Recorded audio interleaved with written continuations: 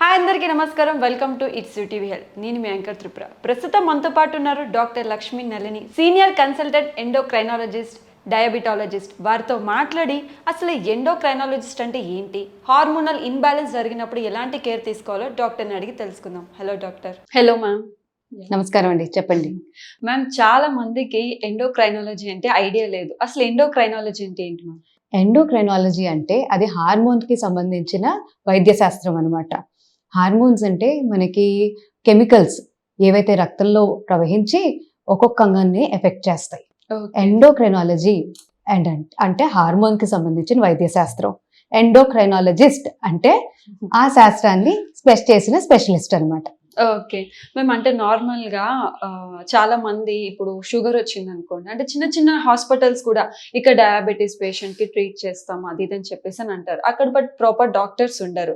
So ఒక endocrinology doctor ఎటువంటి treatments అనేది చేస్తారు మ్యామ్? ఎండోక్రైనాలజీ డాక్టర్ అంటే హార్మోన్కి సంబంధించిన ఏ ఇబ్బంది ఉన్నా చూస్తారు. ఓకే. డయాబెటీస్ అన్నారంటే మధుమేహ వ్యాధితో 100 మిలియన్ కన్నా ఎక్కువ మంది మన దేశంలో ఉన్నారు. ఇంత బాధితులు Yes. ఉన్నప్పుడు, ఆ ప్రాబ్లం ఇంత ఎక్కువగా ఉన్నప్పుడు దాన్ని ట్రీట్ చేయడానికి కూడా ఎక్కువ మంది డాక్టర్లు కావాలి. అవును. ప్రతి ఒక్క మధుమేహ వ్యాధిని ఎండోక్రినాలజిస్ట్ చూడకపోయినా కంట్రోల్ షుగర్ది అంటే మన గ్లైసిమిక్ కంట్రోల్ అంటాం టెక్నికల్లీ. హ్మ్. ఆ గ్లైసిమిక్ కంట్రోల్ లేని వాళ్ళకి హ్మ్. ఖచ్చితంగా ఎండోక్రినాలజిస్ట్ చూడవలసిన అవసరం ఉంటుంది.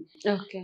ఎవరికైతే కాంప్లికేషన్స్ ఉంటాయో, ఈ మధుమేహంలో ఏమవుతుందంటే ఈ షుగర్ శాతం రక్తంలో పెరిగిపోయి ఆ పెరిగిన షుగర్ లెవెల్ హ్మ్.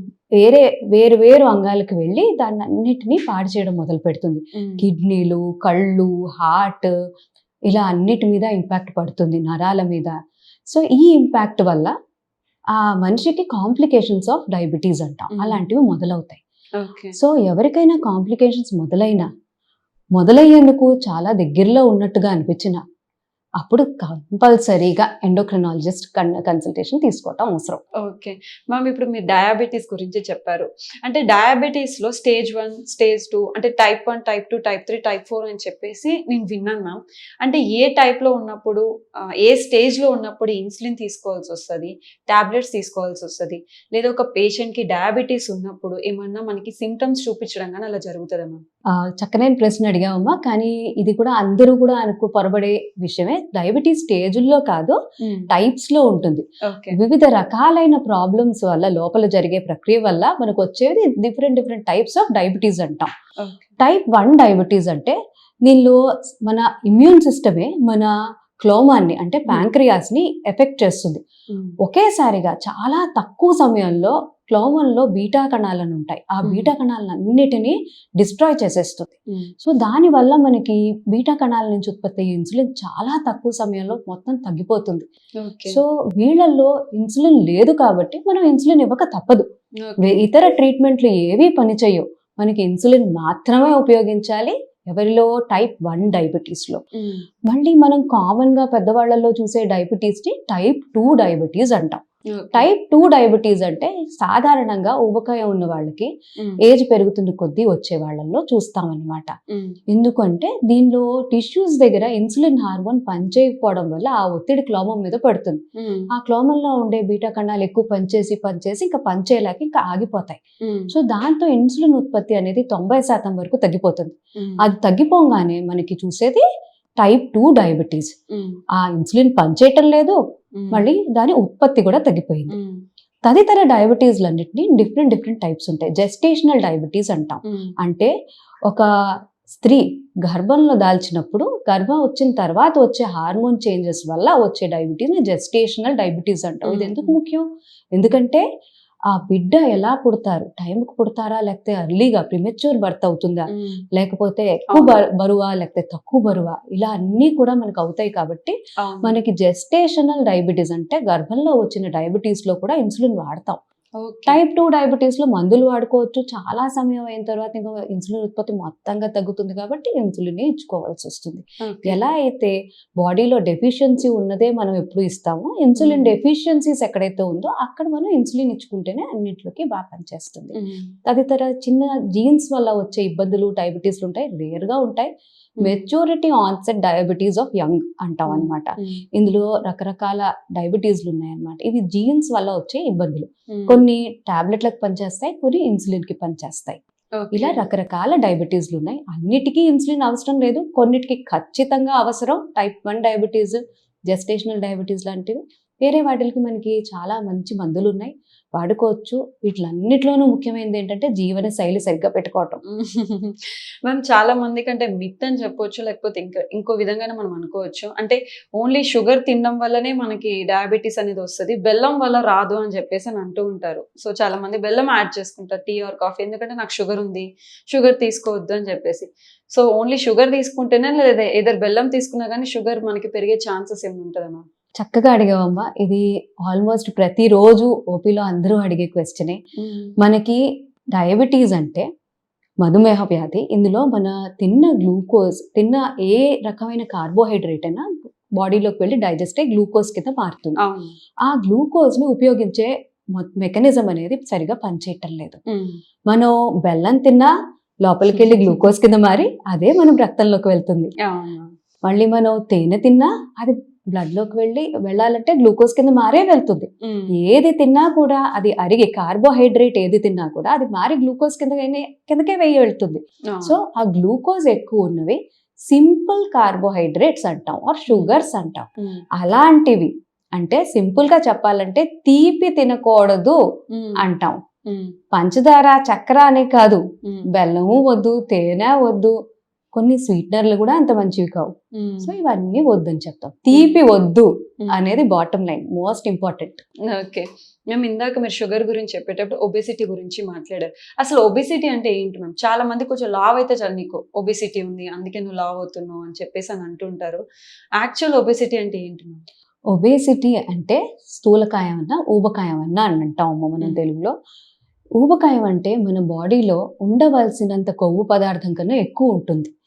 సో ఆ కొవ్వు శాతాన్ని మనం మెజర్ చేసేందుకు చాలా మనకి క్యాల్కులేషన్స్ ఉంటాయి. సింపుల్ గా హైట్, వెయిట్ చూసుకుంటే మనకి WHO ఏం చెప్తుందంటే, ఆ హైట్ కేజీస్ లో చెక్ చేసి, వెయిట్ కేజీస్ లో చెక్ చేసి, హైట్ ని మీటర్స్ లో చెక్ చేస్తే దాని నుంచి వచ్చేది BMI క్యాల్కులేషన్ చేస్తామన్నమాట. Weight in kgs divided by height in metre square అంటాం టెక్నికల్ గా చెప్పాలంటే. ఈ సింపుల్ క్యాల్కులేషన్ తో మనకి BMI, బాడీ మాస్ ఇండెక్స్ అనే క్యాల్కులేషన్ వస్తుంది. ఈ బాడీ మాస్ ఇండెక్స్ 18 కన్నా తక్కువ ఉంటే చాలా అండర్ వెయిట్ ఉన్నట్టు. 18 నుంచి మనకి 22.9 వరకు 22.9 వరకు నార్మల్ అంటాం. అదే 22.9 తర్వాత అంటే 23 నుంచి 24.9 వరకు మనకి border line over weight obesity అంటాం. అదే 25 తర్వాత నుంచి ఒబేసిటీ అంటాం. ఇది మన ఏషియన్స్ లో, ఇండియన్ ఫినోటైప్ లో చాలా ఎక్కువగా చూస్తాం అన్నమాట. ఎందుకంటే మన ఇండియన్స్ కి అడ్వాంటేజెస్, మనం అందరం కష్టజీవులం, శ్రమజీవులం. మనందరం ఏం చేస్తున్నాం, ఇలా కూర్చుని ఉంటున్నాం. సో ఇలా కూర్చుని ఉంటే ఏమవుతుంది, మన ఎనర్జీ ఎక్కడ ఉపయోగించటం లేదు, అదంతా మారి బాడీలో కొవ్వు పదార్థాల కింద మారుతోంది. ఆ కొవ్వు పదార్థాలు ఎక్కువైపోగానే ఆ కొవ్వు పదార్థాల నుంచి వచ్చే పదార్థాలు వేరేవన్నీ ఏదైతే హార్మోన్స్ ఉంటాయో అవి మన టిష్యూస్ ని ఇన్సులిన్ కి రెసిస్టెంట్ గా చేసేస్తాయి. సో ఇన్సులిన్ ఇంకా పనిచేయటం లేదు. సో క్లోమల్లో ఉండే బీటా కణాలు బాగా ఎక్కువ పనిచేస్తాయి ఫస్ట్. సరే పనిచేయట్లేదు కదా, 5 యూనిట్లు వస్తే పనిచేయట్లేదు కదా, 10 యూనిట్లు తీసుకొస్తా అంటుంది. కొంతకాలం అయిన తర్వాత ఎంత ఎక్కువ పనిచేస్తుంది, బీటా సెల్స్ చేతులు ఎత్తేస్తాయి, బీటా సెల్స్ పనిచేయవు. సో బీటా సెల్స్ పనిచేయకపోయేటప్పటికి మధుమేహ వ్యాధి మొదలవుతుంది. సో ఎక్కడ మొదలైంది మన ప్రయాణం, కూర్చుని ఉండటం, పనిచేయకపోవడం, అలాగే మనం ఫ్యాట్ పదార్థాలు ఉన్న, ఎక్కువ క్యాలరీస్ ఉన్న ఫుడ్ తీసుకోవటం, ఇవన్నీ చేస్తూ ఉండగా మెల్లిమెల్లిగా కొవ్వు పర్సంటేజ్ బాడీలో పెరిగి ఆ కొవ్వు పర్సంటేజ్ వేరే వేరే ఎఫెక్ట్స్ అన్ని చూపించి దాని నుంచి డయాబెటీస్ కి దారితీస్తుంది. అదే వెయిట్ ఎక్కువగా ఉందనుకో, మోకాళ్ళ మీద బరువు పడుతుంది, మోకాళ్ళు అరిగిపోతాయి, నడవలేని అండం. 40 ఏళ్ళు 50 ఏళ్ళు రాగానే కూడా ఈ మధ్య కాలంలో చిన్న వయసులోనే మోకాళ్ళ నొప్పులు, నడవలేను అంటున్నారు మనుషులు. సో ఇవన్నీ కూడా ప్రాబ్లమ్స్ కి దారితీస్తుంది. ఓకే మ్యామ్, చాలా మంది వెయిట్ లాస్ కోసం అని చెప్పేసి ఏదైతే ఫ్యాట్ ఉందో దాన్ని రిమూవ్ చేయించేసుకోవడం జరుగుతుంది. లైక్ 2 లీటర్స్ ఆఫ్ ఫ్యాట్ ని రిమూవ్ చేయడం అట్లా అని చెప్పేసి కొలిచి తీసేస్తా ఉన్నారు. సో అలా తీసేయడం తర్వాత మళ్ళీ ఒబెసిటీ వచ్చే ఛాన్సెస్ ఉంటుందా మ్యామ్? ఇది చాలా పెద్ద మిస్కన్సెప్షన్ అమ్మా. అంటే తెలియకపోయిన విషయం. మనం ఎప్పుడైతే కొవ్వు చేరుతుందంటామో బాడీలో 2 చోట్ల కొవ్వు చేరుతుంది. ఓకే. ఒకటేమో మన అవయవాల చుట్టూ ఉండే కొవ్వు, అవయవాల లోపల కూడా లివర్ లోపల, మసిల్ లోపల ఇవన్నీ ఉండేది. దీన్ని ectopic fat are visceral fat అంటాం అనమాట. ఓకే. అదే మనకి చర్మం కింద ఉండేది సబ్క్యూటేనియస్ ఫ్యాట్, అంటే చర్మం కింద ఉండే కొవ్వు అని. ఈ లిపోసక్షన్ ద్వారాను, ఈ కొవ్వు రిమూవ్ చేయడం ద్వారాను మనం తీసేది only subcutaneous fat. Subcutaneous fat అంటే మనకి జస్ట్ పైన కనిపిస్తున్న లేయర్. అది చాలా ఇన్యాక్టివ్ గా మనకి ఏమీ ప్రాబ్లం చేయకుండా మెల్లగా కూర్చునేది, మెల్లగా మృదువుగా ఉండేది. దాన్ని తీసినంత మాత్రాన మనకి లోపల నుంచి బెనిఫిట్ అనేది రాదు. మనకి యాక్టివ్ గా ఉండేది మన అవయవాల చుట్టూ ఉండే విసరల్ ఫ్యాట్. ఆ విసరల్ ఫ్యాట్ ఎంత ఎక్కువగా ఉంటే అంత ఎక్కువగా చెడు హార్మోన్లు, బాడీకి దెబ్బతీసే హార్మోన్లు వస్తాయి. ఓకే. సో మనం పైనుంచి తీసేసినంత మాత్రాన లోపల ప్రక్రియ మారటం లేదుగా. సో ఎక్కడ ఆగుతుంది? ప్రాబ్లం ఆగదు. అయితే ఒబెసిటీ అనేది జెనెటికల్ గా వచ్చే ఛాన్సెస్ ఏమైనా ఉందా మ్యామ్? ఫర్ ఎగ్జాంపుల్ నాకు ఒకవేళ ఒబెసిటీ ఉంది అనుకోండి, మా పిల్లలకి కానీ లేకపోతే తర్వాత వాళ్ళ తరం పిల్లలకి వచ్చే ఛాన్సెస్ ఏమైనా ఉందా జెనెటికల్ గా? జెనెటిక్ గా అంటే దీనికి మళ్ళీ 2 రకాలు ఉంటాయి తల్లి. కొన్ని జీన్స్ లో ఇబ్బంది ఉన్నప్పుడు, అంటే మెలనోకార్టిన్ 4 అంటాం, అలాంటి జీన్స్ ఇబ్బందులు ఉన్నప్పుడు విపరీతమైన ఒబేసిటీ అనేది చూస్తామన్నమాట. పిల్లలు 5 ఏళ్ల పిల్లలు 70-80 కేజీలు ఉండటాలు, ఇలాంటివన్నీ, ఆకలి ఆగకపోవడాలు, ఇలాంటివన్నీ కూడా ఉంటాయి. సో అది జెనెటిక్ గా వచ్చే ఒబేసిటీ. మీరు మాట్లాడే ఒబేసిటీ ఏదైతే నాకుంటే పిల్లలకు వస్తుందా అంటే, ఒక పేరెంట్ కి స్థూలకాయ ఉంటే 60% అంటే 60% వరకు పిల్లలకి వచ్చే ఛాన్స్ ఉంది అంటాం. 2 పేరెంట్స్ ఉంటే 80-100% వరకు వస్తుంది అని. ఎందుకు? ఇది జెనెటిక్స్ కాదు.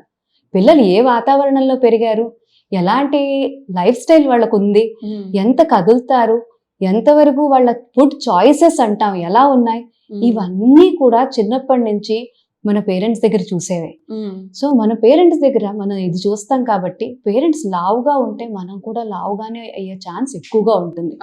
సో జెనెటిక్సే కాదు, environment plays a big role అంటాం, మన చుట్టుపక్కల ఉండే వాతావరణం. ఓకే. మేము ఒక పేషెంట్ కి ఒబెసిటీ వస్తుంది అంటే వచ్చింది అనేటప్పుడు ముందుగా సిమ్టమ్ మనకి ఏమన్నా చూపిస్తుందా? బరువు పెరగటమే తల్లి, బరువు పెరగటం. ఒకవేళ తినే పద్ధతులన్నీ తప్పుగా ఉన్నాయనుకో, ఇవాళ కాకపోతే రేపు పెరిగిపోతుంది. చిన్న అమౌంట్ ఆఫ్ క్యాలరీ ఎక్సెస్ ప్రతిరోజు మనం తీసుకున్నట్టయితే దాదాపు 8-10 సంవత్సరాల లోపల సుమారుగా 20 కేజీల కొవ్వు మనం పెంచుకుని ఉంటాం. సో అది ఎంత మెల్లిగా వస్తుందంటే దానికి సిమ్టమ్స్ అనేది ఇదేది పెద్ద డ్రామాటిక్ గా కనిపించదు, మెల్లమెల్లగా కొంచెం కొంచెంగా వస్తూ ఉంటుంది. సో ఇది కొంచెం కొంచెంగా వస్తుంది కాబట్టి మన జీవన శైలి ఎలా ఉంది, మనం తినే పద్ధతులు ఎలా ఉన్నాయి, మనం ఎప్పుడు పడుకుంటున్నాం, ఎప్పుడు లేస్తున్నాం, ఎలా తింటున్నాం, ఎప్పుడు తింటున్నాం, ఏం తింటున్నాం, ఎంతవరకు మనం వ్యాయామం చేస్తున్నాం, ఇవన్నీ ముఖ్యమైనవే. మన జీవన శైలి సరిగా లేకపోతే సన్నగా కనిపించినా అవయవాల చుట్టూ ఉండే కొవ్వు ఎక్కువగానే ఉంటుంది, దాని ప్రాబ్లం అది చేస్తూనే ఉంటుంది. అంటే వన్స్ ఒకవేళ ఒబెసిటీ వచ్చింది అనుకోండి, దాన్ని మనం క్యూర్ చేసుకోవచ్చా ma'am? By medication or else by food control, ఎలా అయినా సరే? First and most important thing మన లైఫ్ స్టైల్ అమ్మా. ఇందాక నుంచి నేను అదే చెప్తాను, ఇప్పుడు కూడా అదే చెప్తాను. జీవన శైలి, ఏం తింటున్నావు, ఎంత తింటున్నావు, ఎప్పుడు తింటున్నావు అనేది చాలా ముఖ్యమైన విషయం. మన ఆహారం ఏదైతే లోపలికి వెళ్తుందో అదే మన క్యాలరీస్ కింద మారుతుంది, ఆ క్యాలరీసే మనకి వెళ్ళి స్టోరేజ్ కింద, ఫ్యాట్ కింద మారుతాయి. సో మన ఆహారం తీసుకోవడంలో జాగ్రత్త వహించాలి, మళ్ళా వ్యాయామం చేసుకోవాలి, ఇవన్నీ కూడా మన లైఫ్ స్టైల్ కిందకి వస్తాయి అన్నమాట. అది కాకుండా చాలా ఏళ్ల తర్వాత మనకి ఇప్పుడు మంచి ఒబేసిటీ కోసం మందులు వచ్చాయి.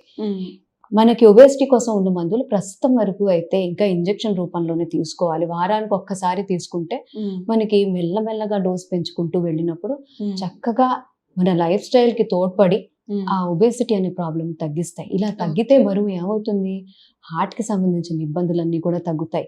ఇలా బరువు పెరిగిన కొద్దీ కొలెస్ట్రాల్ లెవెల్స్ పెరిగి రక్తనాళాలన్నీ పూడుకుపోతాయి, పూడిపోతే హార్ట్ సమస్యలు ఎక్కువైపోతాయి కదా. సో ఒబేసిటీని ట్రీట్ చేసుకుంటే కార్డియాక్ ప్రాబ్లమ్స్ అన్ని కూడా తగ్గుతాయి, మధుమేహం తగ్గుతుంది, మోకాళ్ళ నొప్పులు తగ్గచ్చు, ప్లస్ సొసైటీలో కూడా ఇంప్రూవ్మెంట్ ఉంటుంది. చాలా సార్లు లావుగా ఉన్న పెద్దవాళ్ళు కానీ పిల్లలు కానీ ఉంటే చుట్టుపక్కల వాళ్ళు ఆట పట్టించడానికో ఏదో ఒకటి అవహేళన చేస్తూ ఉంటారు. చాలా సార్లు మనసు నొచ్చుకున్నప్పటికీ మనం నవ్వి ముందుకు వెళ్ళిపోతూ ఉంటాం. ఇలాంటివి కూడా చాలా జరుగుతాయి కాబట్టి మనం ఒబేసిటీని తగ్గించుకోవటమే నయం.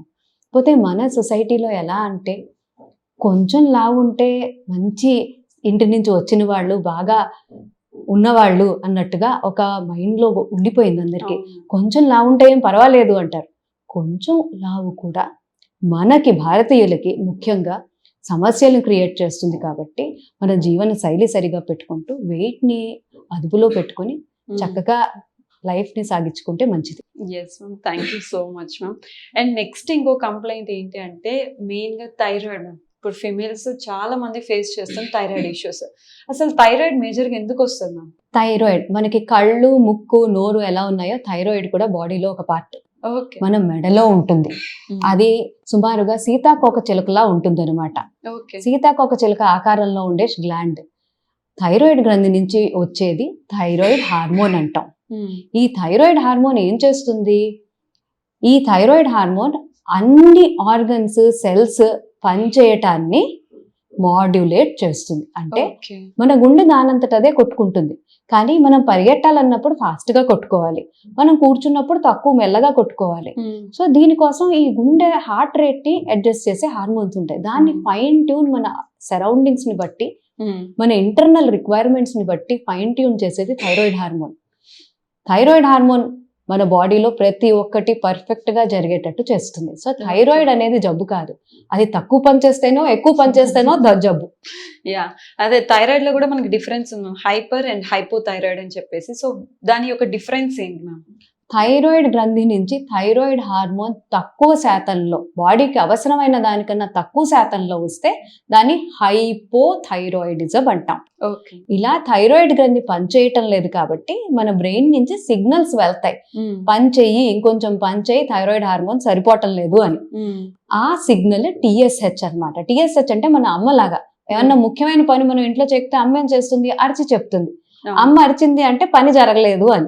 హైపోథైరాయిడిజంలో థైరాయిడ్ హార్మోన్లు తక్కువ అవుతాయి, TSH అంటే మెదడు నుంచి వచ్చే సిగ్నల్ అనేది పెరుగుతుంది. అదే హైపర్ థైరాయిడిజం అన్నాం అనుకో. హైపర్ థైరాయిడిజం అంటే అవసరమైన దానికన్నా మించి థైరాయిడ్ హార్మోన్ ఉత్పత్తి జరిగితే దాన్ని హైపర్ థైరాయిడిజం అంటాం. చెప్పకుండానే పనులన్నీ చేస్తే అమ్మ ఉంటుంది, ఏమీ అనేది కదా, సైలెంట్ గా అవుతుంది కదా. సో TSH లెవెల్ తగ్గిపోతుంది. థైరాయిడ్ హార్మోన్స్ అంటే T3, T4 అంటాం. ఆ T3, T4లు పెరిగిపోతాయి, TSH తగ్గిపోతుంది. ఇది హైపర్ థైరాయిడిజం. ఓకే మ్యామ్, ఇప్పుడు అంటారు థైరాయిడ్ ఉన్న వాళ్ళు కొంతమంది సన్నగా అవుతారు, కొంతమంది లావుగా అవుతూ ఉంటారని చెప్పేసి. సో ఈ లావుగా అయ్యేదాన్ని మనం ఒబిసిటీ కింద కన్సిడర్ చేయాలా, లేదా థైరాయిడ్ గ్లాండ్స్ వాళ్ళకి తక్కువ అవడం వల్ల, లేకపోతే మరీ ఎక్కువ అవడం వల్ల లావు అయ్యారు అనుకోవచ్చు? చాలా పెద్ద అపోహ హైపోథైరాయిడిజంలో వెయిట్ పెరుగుతాం అనుకోవడం. ఓకే.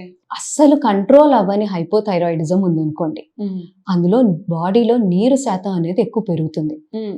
అస్సలు కంట్రోల్ అవ్వని వాళ్ళల్లో కూడా 5% మాత్రమే వెయిట్ పెరుగుతుంది. అంటే 100 కేజీలు ఉన్న వాళ్ళకి 105 అవుతారు అంతే. అది నీరు వల్ల. అది మనం హార్మోన్ ని సరి చేసుకోగానే 5 కిలోలు వెళ్ళిపోతుంది. మరి మిగతా 100 కేజీలు ముందర నుంచి ఉన్న స్థూలకాయమే కదా. సో హైపోథైరాయిడిజం వల్ల వచ్చే కొంచెం వెయిట్ కూడా బాడీలో నీరు చేరినందువల్ల అవుతుంది. సో మనం దాన్ని ట్రీట్ చేసుకుంటే తగ్గిపోతుంది.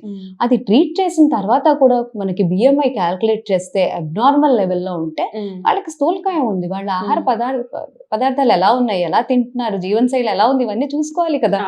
అవునా? సన్నగా అయ్యే థైరాయిడ్ ఇబ్బంది అన్నారు, అది కరెక్ట్.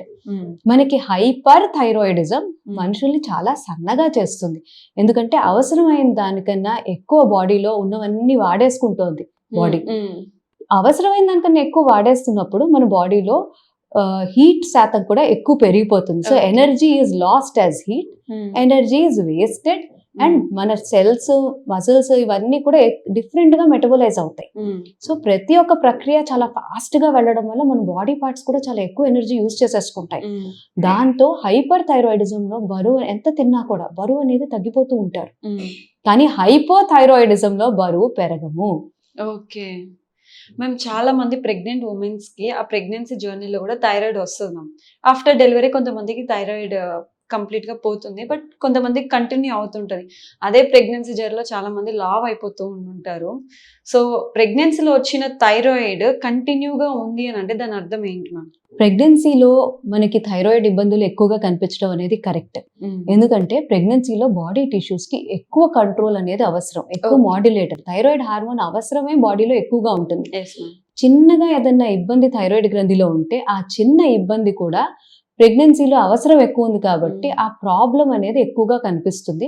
దాంతో ముందర మనకేమీ లేకపోయినా గర్భం దాల్చిన తర్వాత ఆ స్త్రీలో థైరాయిడ్ ఇబ్బందులు కనిపిస్తాయి. దాన్ని ట్రీట్ చేసుకోవడం కూడా చాలా అవసరం.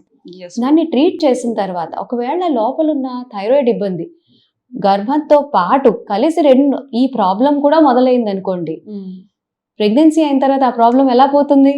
పోదు కదా.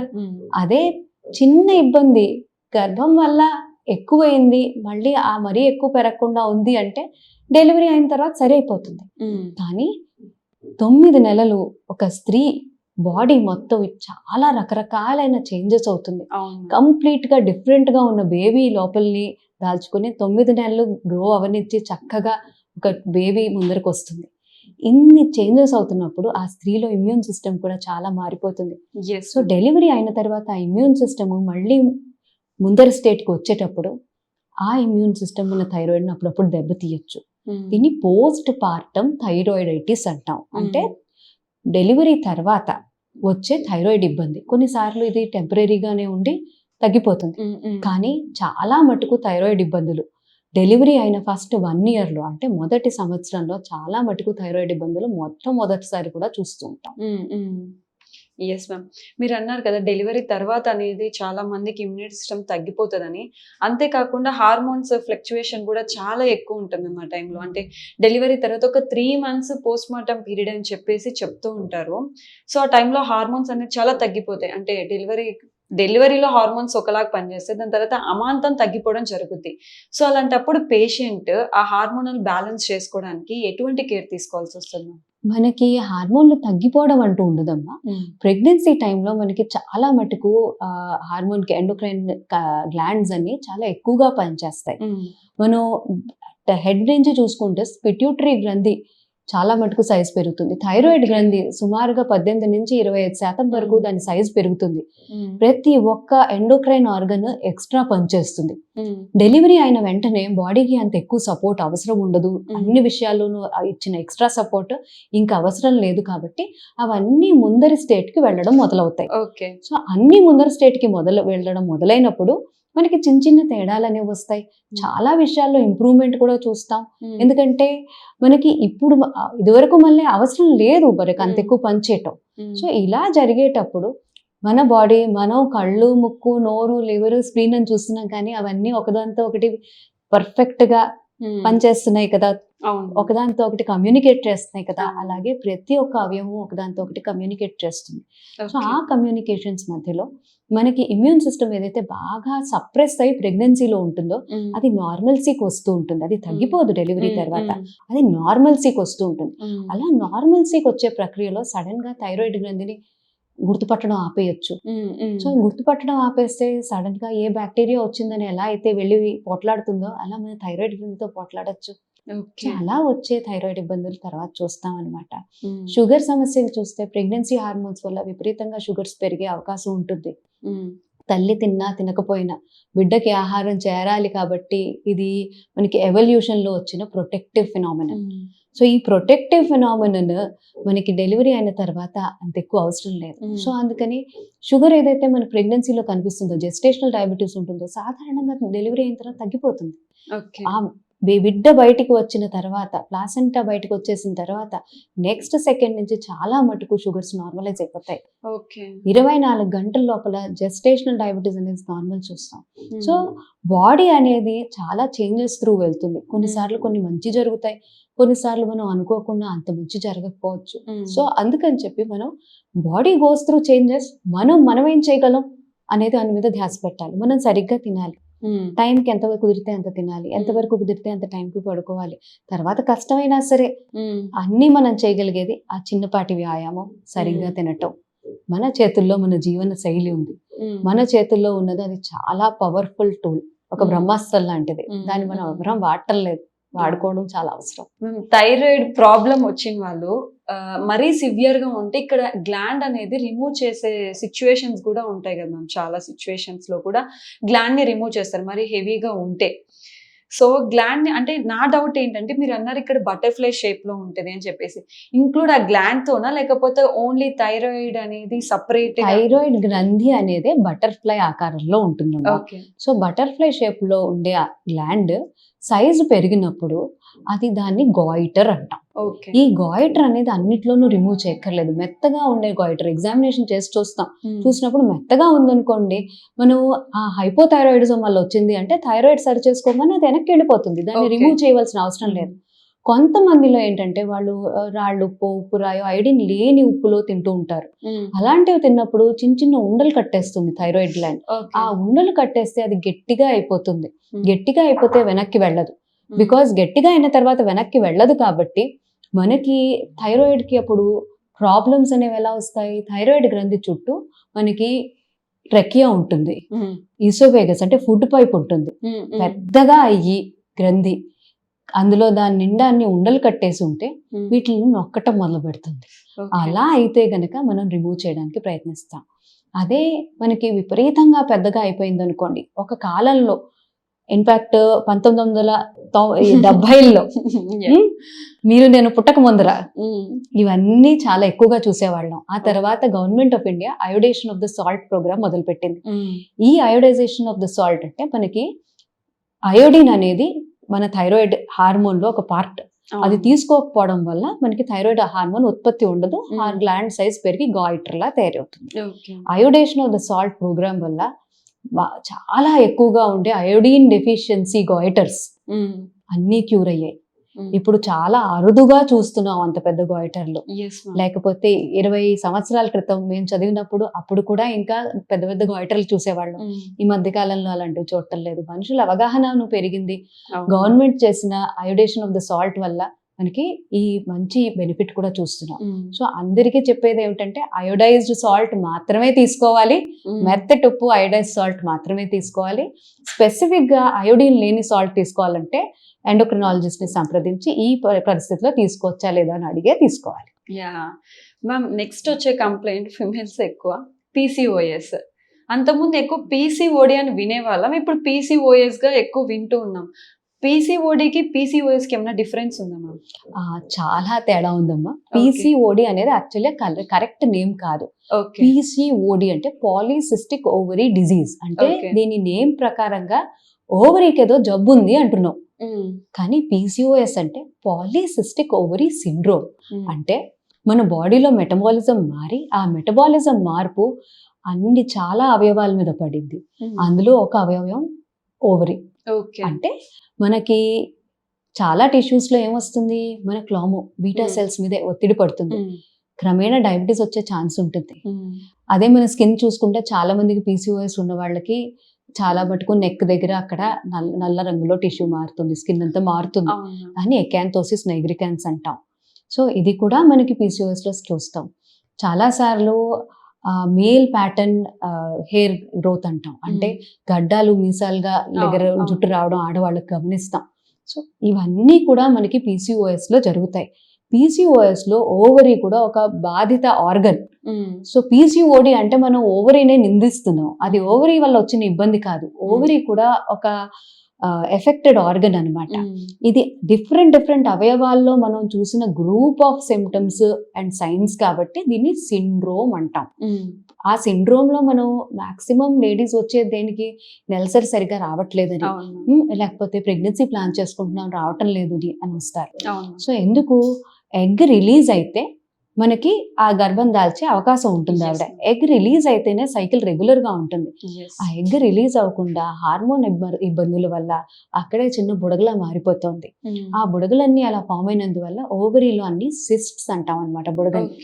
సో అవి ఎక్కువగా ఉన్నాయి కాబట్టి పాలీసిస్టిక్ ఓవరీ సిండ్రోమ్ అంటాం. సో పీసీఓఎస్ అనేది కరెక్ట్ నేమ్. ఓవరీని బ్లేమ్ చేయవసరం లేదు. లోపల ఉన్న మెటబాలిక్ ప్రాబ్లమ్ని ట్రీట్ చేసుకుంటే అన్నీ సెట్ అవుతాయి. మ్యామ్ చాలా మంది ఫీమేల్స్ చెప్తూ ఉంటారు, సో మేము పీసీఓఎస్తో ప్రాబ్లం ఫేస్ చేస్తున్నాం, అన్ని ట్రీట్మెంట్స్ ప్రాపర్గా తీసుకున్నాం, బట్ స్టిల్ అది క్యూర్ అవ్వట్లేదు అని చెప్పేసి చాలా మంది చెప్తున్నారు. అండ్ చాలా మంది ఆయుర్వేదిక్ డాక్టర్స్ వచ్చేసి ఈ పౌడర్ రోజు వాటర్లో మిక్స్ చేసి తాగండి, పీసీఓఎస్ క్లియర్ అయిపోతుంది అని చెప్పేసి చెప్తూ ఉంటారు. సో ఎందుకు మా పీసీఓఎస్ వస్తే ఎందుకు కంట్రోల్ కాకుండా ఉంటుంది అది? ఎందుకంటే అమ్మా, ఫస్ట్ అయితే ఆయుర్వేదం అనేది చాలా గొప్ప సైన్స్. కానీ నేను ఆయుర్వేదం చదవలేదు కాబట్టి దాని గురించి ఏమి చెప్పలేను. కానీ పీసీఓఎస్ అనేది బయట నుంచి ట్రీట్మెంట్ ఒకటే తీసుకుంటే సరిపోదు. పీసీఓఎస్ అనేది మన మెటబాలిజంలో ఇబ్బంది. మన మెటబాలిజంలో ఇబ్బంది అంటే మనం ఫస్ట్ ఒబేసిటీ, స్థూలకాయం గురించి, మధుమేహం గురించి మాట్లాడుకున్నాం కదా, అదే ఇబ్బంది పీసీఓఎస్ లో కూడా. ఆ ఇబ్బంది మనకి వచ్చినప్పుడు, ఇన్సులిన్ రెసిస్టెన్స్ అనేది టిష్యూస్ దగ్గర వచ్చినప్పుడు, అది లివర్ లో ఉన్నప్పుడు లివర్ లో కొవ్వు చేరిపోవడం, ఫ్యాటీ లివర్ లాంటివి చూస్తాం. అదే మనకి ఇబ్బందులు మనకి స్కిన్ మీద పడినప్పుడు గడ్డాల మిసాల్లాగా ఎక్కువగా హెయిర్, అన్వాంటెడ్ హెయిర్ రావటం, మళ్ళాను మనకి చూసుకుంటే నీటి బుడగల్లా తయారవుతున్నాయి ఓవరీలో కాబట్టి ఎగ్ రిలీజ్ అవ్వకపోవడం, ఇన్ఫర్టిలిటీ రావడం. ట్రీట్మెంట్ బయట నుంచి తీసుకున్నంతసేపు మనం ఏదో మేకప్ వేసినట్టే. మనం లోపల నుంచి సరవ్వాలి అంటే సరైన ఆహారం, వ్యాయామం, సరిపోయినంత టైము, స్థూలకాయం ఉంటే దాన్ని ట్రీట్ చేసుకోవడం, ఇది చేస్తే ఖచ్చితంగా మనకి ట్రీట్మెంట్కి రిజల్ట్స్ కనిపిస్తాయి. Thank you so much ma'am. అంటే చాలా మందికి అవగాహన లేదు, ఎండోక్రైనాలజీ అంటే చాలా మందికి అవగాహన లేదు. అండ్ హార్మోన్స్ కూడా అంటే ఒకదానికి లింక్ చేసుకోరు, దీనివల్లనే నాకు హార్మోన్స్ అని చెప్పేసి చాలా మంది అపోహలో బతుకుతూ ఉన్నారు. సో ఇంటర్వ్యూ వల్ల వాళ్ళకి ఒక అవగాహన వచ్చి ఉంటుందని నేను అనుకుంటున్నాను ma'am. Thank you so much ma'am. Yeah.